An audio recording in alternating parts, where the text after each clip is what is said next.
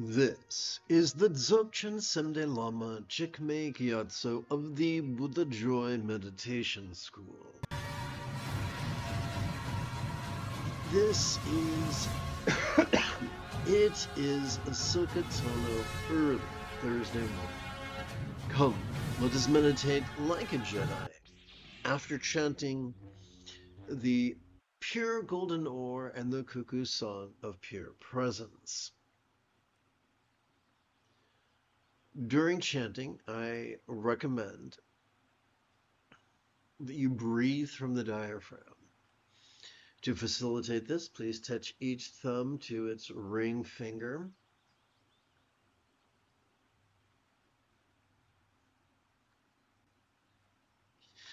Luminous mind inexpressible beyond conceptualization. So in this context, mind refers to noticing the antics of mind. Luminous refers to relaxing into mind's non-graspable nature. As the light of the teacher is extolled by all, as the heart of experience is like gentle prince. Resting in the spontaneous pleasure of effortless great completion. As the basis of all disciplines such as love's moral conduct, luminous mind provides release in its every mode. It is like a Buddha's mother and the universal path. Without it, Buddhahood could not be accomplished. With it, we are the way of supreme liberation. We, all that we see, hear, feel, taste, smell, and the like, all that we emote, intend, reason, recall, and imagine, the good, the bad, and the ugly, all of it, pave the path of liberation. Subtle and elusive, this universal path transcends the duality of thinking and non-thinking. Without location or reference indeterminate, it is beyond all conceptualization. Unutterable, it has no color or shape and no sensory field. Intangible and inscrutable, it is inexpressible. However, whoever follows that path of the ancient ascetics become sick from attachment to that contrivance of active focusing, that rigid interpretation of the teacher's instructions is experienced as an arduous quest, as they chase a stream of beliefs and concepts as if pursuing a mirage. But this complete modality cannot be indicated by mere words, and any grasping in so-called true doctrine makes a travesty of Vajrasattva, the archetype of simply noticing and relaxing. Simply noticing and relaxing. Purity and impurity is one inseparably mixed. Pristine awareness as well as bewilderment are indivisible. This lamp of unimpeded clarity, free of conceptualization, along with obstinate befuddlement in and of themselves, each feed powerful meditation. As we relax into our exhalation, whatever clarity or befuddlement we might have noticed during our previous inhalation could feel as if they were melting into the simplicity of just mental behavior.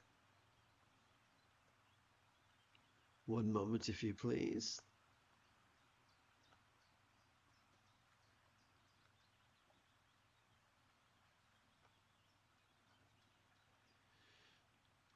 This eye of direct insight, This eye of direct insight, seeing directly, sees merely an empty nothing. Yet it is called the Buddha eye of omniscience.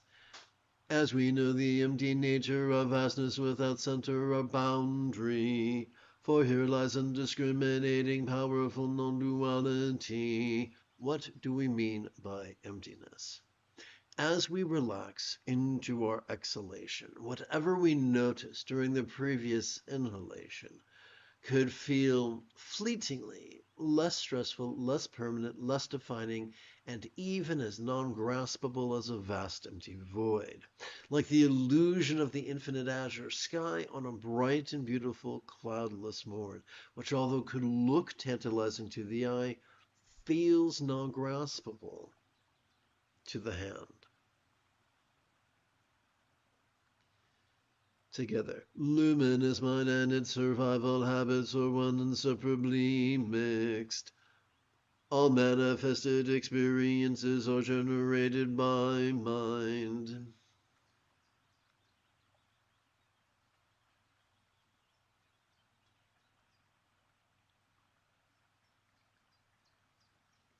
And shine is a dormant, neither accepted nor rejected. So simply let it be and enjoy. Activity that is personally repugnant or culturally taboo, such as the 5 mental poisons or the 5 so-called unforgivable crimes, could feed the realization of powerful non-duality. For on this path of Bhakti Yoga's purification, nothing is rejected, not even sex. One's intellect could be harmfully conditioned by the elitism and rigidity of tradition and naturalism, such as the 3 contrived analogues of samadhi's awareness, bliss, and love, where we repress thought or chase bliss or actively visualize.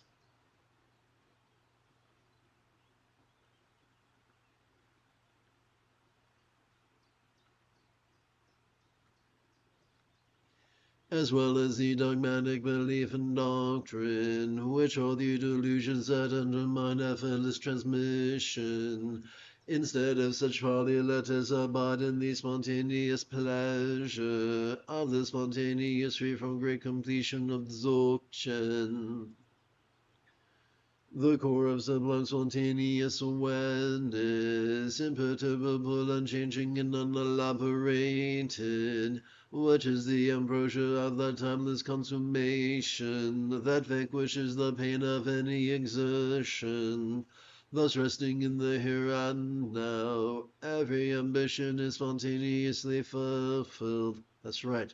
There's no need for plotting or scheming or concentrating or endless vision boards. Hey, magnificent one, listen, all in everything in experience, which shares the same empty nature of the luminous mind. One moment, let's add an accent to make chanting easier. Is like an all-inclusive essential drop whose nature cannot be controlled by the dualities of contemplation or concentration, expansion or contraction, generation or cessation, unconfined, it is simply being. This inconceivable essence chronologically always present like the sky, and locationally everywhere present like space transcends ideas and speech. So let us wrap this in a big red bow by chanting the 6 Vajra verses comprising the cuckoo song of pure presence. The nature of multiplicity is non-dual, and things are naturally pure and simple, being contrivance-free in the here and now, shining out in all forms, it is always all good. Thus already complete exertion is now redundant, and spontaneity is ever natural.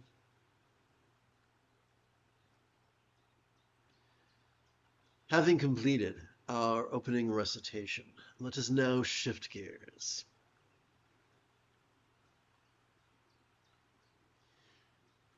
It is ill-advised to use energy work to chase trances or states. However, it can be beneficial to use energy work merely to support our body in the exercise of active sitting. To do this, we're going to use two tools. The first is simply reframing our changing respiration's reference point. How does that work? The easiest way to gently invite our real or imagined subtle energies to coalesce at our crown is to silently and mentally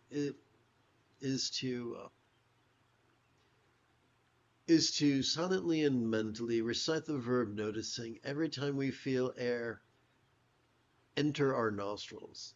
And similarly, every time we feel air exit our nostrils, to silently and mentally recite the verb relaxing. The second method is simply playing with our fingers.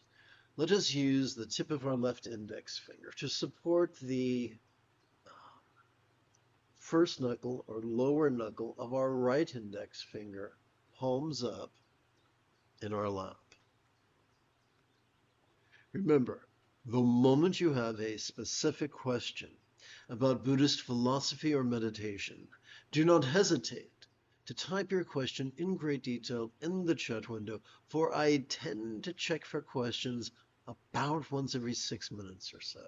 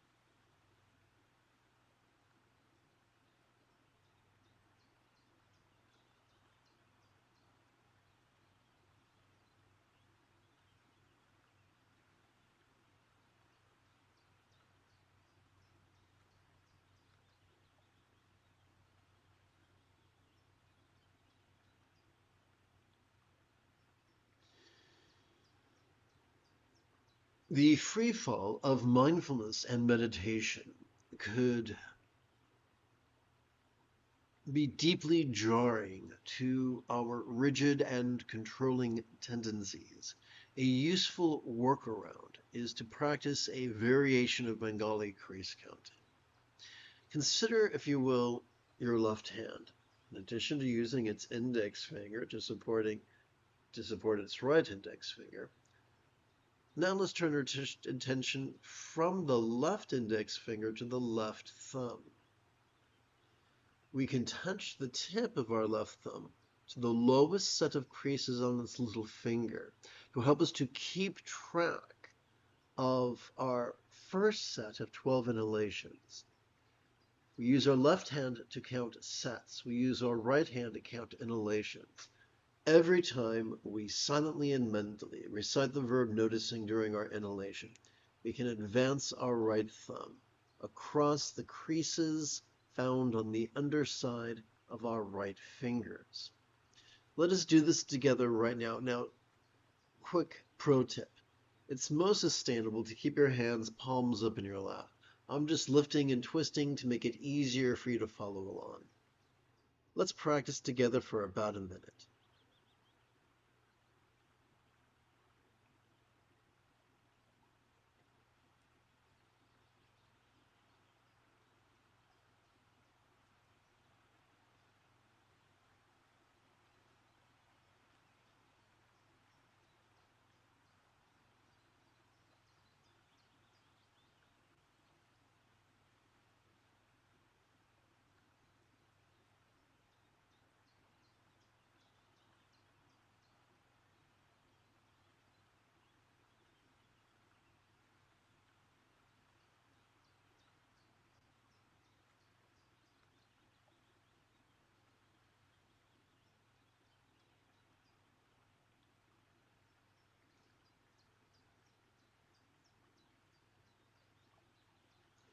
Having run out of sets of creases upon which to count on our right hand, we return our attention to our left hand and advance our left thumb to the next set of creases. Perhaps now you understand how we could count 12 sets of 12 inhalations each on our hands, palms up in our lap. These 12 sets of 12 inhalations take about 12 minutes.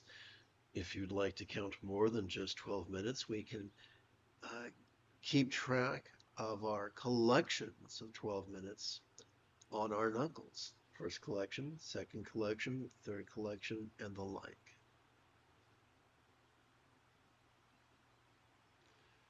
And if you wish, fourth collection, fifth collection, sixth collection. Let's go back to the index finger.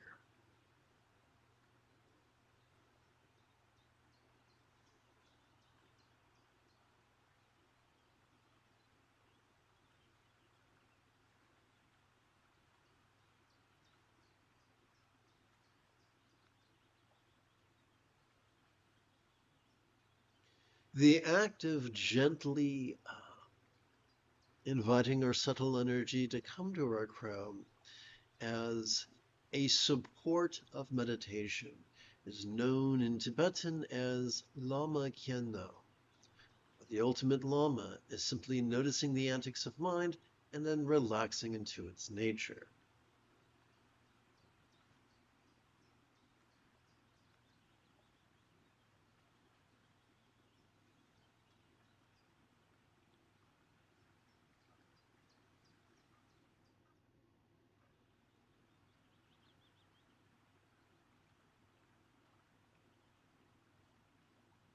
Or perhaps I should say the ultimate offering to any real or imagined entity, including our teacher, is the practice of awareness, or is practice of mindfulness and meditation.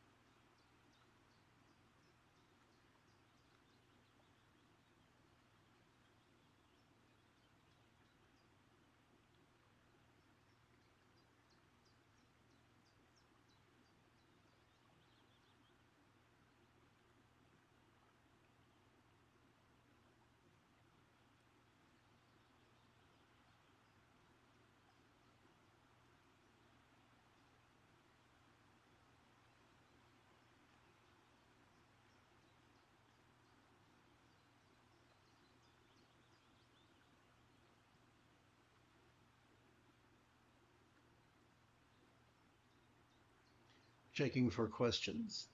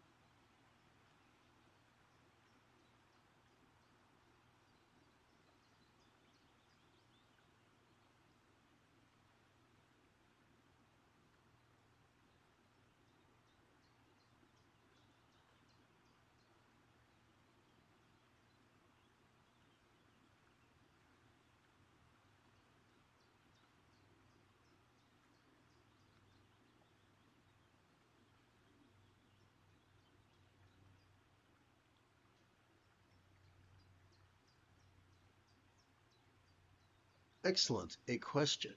Let's see what's going on here. I'm going to tap button 8. Right. Such an upheaval in the world. Astrologers say it's in the stars.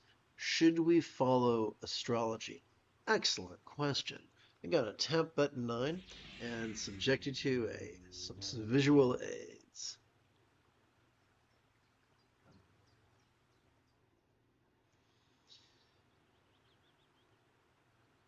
Enlightenment is as simple as mastering Proto-Buddhism's Eightfold Path of Enlightenment. The key to the first six folds is simply to train in authentic mindfulness and meditation.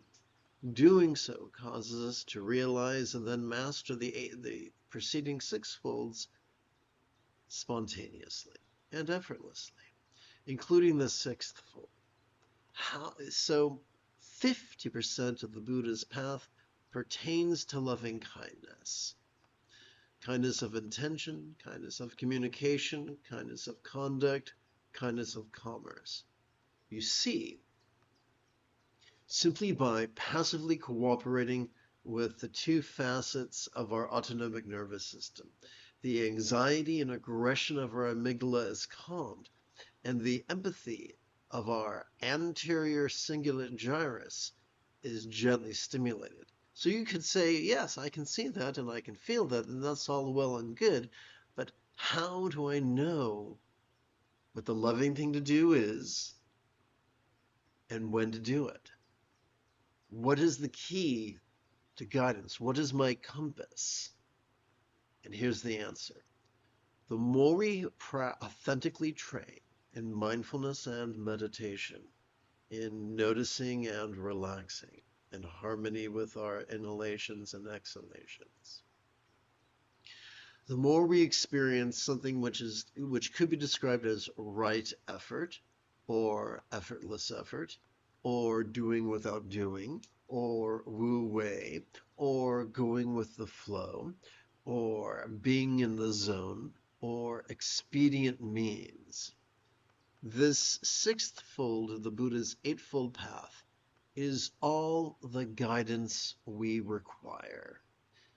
It will not satisfy the rigidity, fear, superstition, controlling tendencies, elitist tendencies, cryptic tendencies, competitiveness, or cruelty of Yang's religious patriarchy, such as institutional Buddhism, but it will satisfy our tendencies to be flexible, loving, rational, laid back, egalitarian, lucid, cooperative, and kind. Now, Sturgeon's law reminds us that 90% of everything sucks. The more we indulge our controlling tendencies to overfocus and overanalyze, so exhausting both our dorsolateral and medial prefrontal cortices that we trigger our amygdala, the seat of anxiety and aggression. However, that does not have to be the case. Simply by cooperating with the sympathetic and parasympathetic aspects of our same autonomic nervous system, by noticing and relaxing in harmony with our breathing, then we tap in to our flexible, loving, rational, laid-back, egalitarian, lucid, cooperative, and kind Buddha nature, and find that love's deeply centered spontaneity satisfies all our wants as well as all our needs. I hope that makes sense.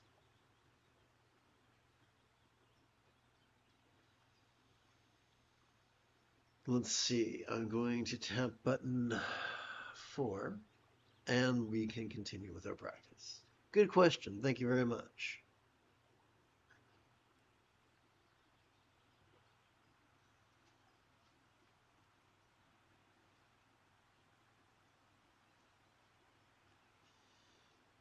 Let us keep track of our second collection of 12 sets of 12 inhalations by sliding the tip of our left index finger to the second knuckle of our right index finger, palms up in our lap.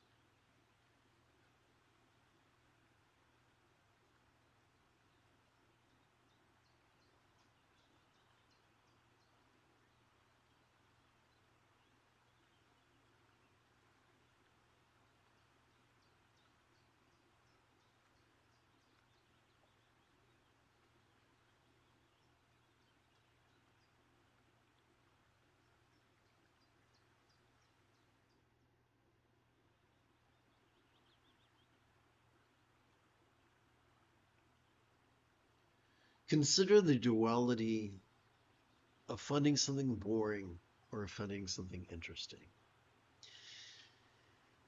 As we relax into our exhalation, whatever boredom or interest we might have noticed during our previous inhalation could feel as if they're melting into the simplicity of just mental action.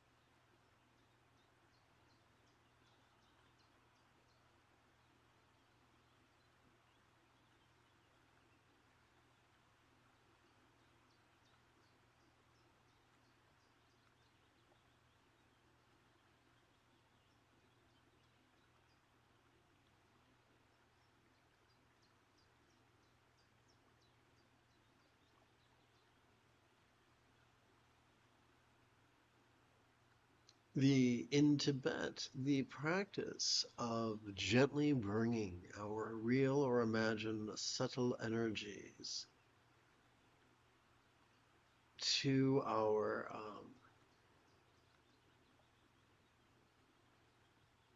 chest is known as Lama Naljor.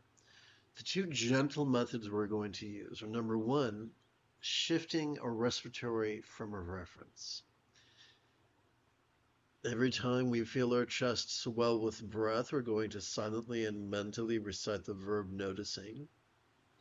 Every time we feel our chest subtly sink as gently we exhale, we're going to silently and mentally recite the verb relaxing. We're also going to adjust our fingers. Instead of using the tip of our left index finger to support our right index finger, we're going to use the tip of our left middle finger to support the lower knuckle of our right middle finger, palms up in our lap. And remember, the moment you have a specific question about Buddhist philosophy or meditation, do not hesitate to type your question in great detail in the chat window, for I intend to check for questions about once every 3 minutes.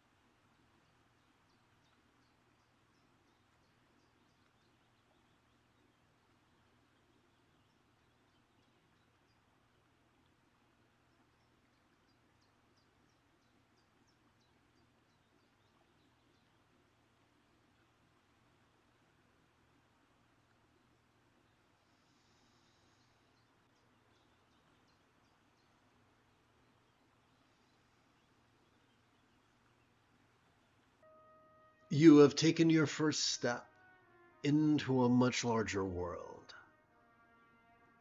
If you feel that I have earned it, you could give this live stream a thumbs up. You could even help support this channel.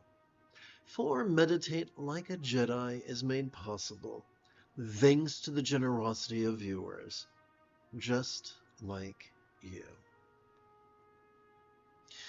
In approximately 11 hours, I would very much like to return to lead today's dusk recitation and group practice of meditating like a Jedi.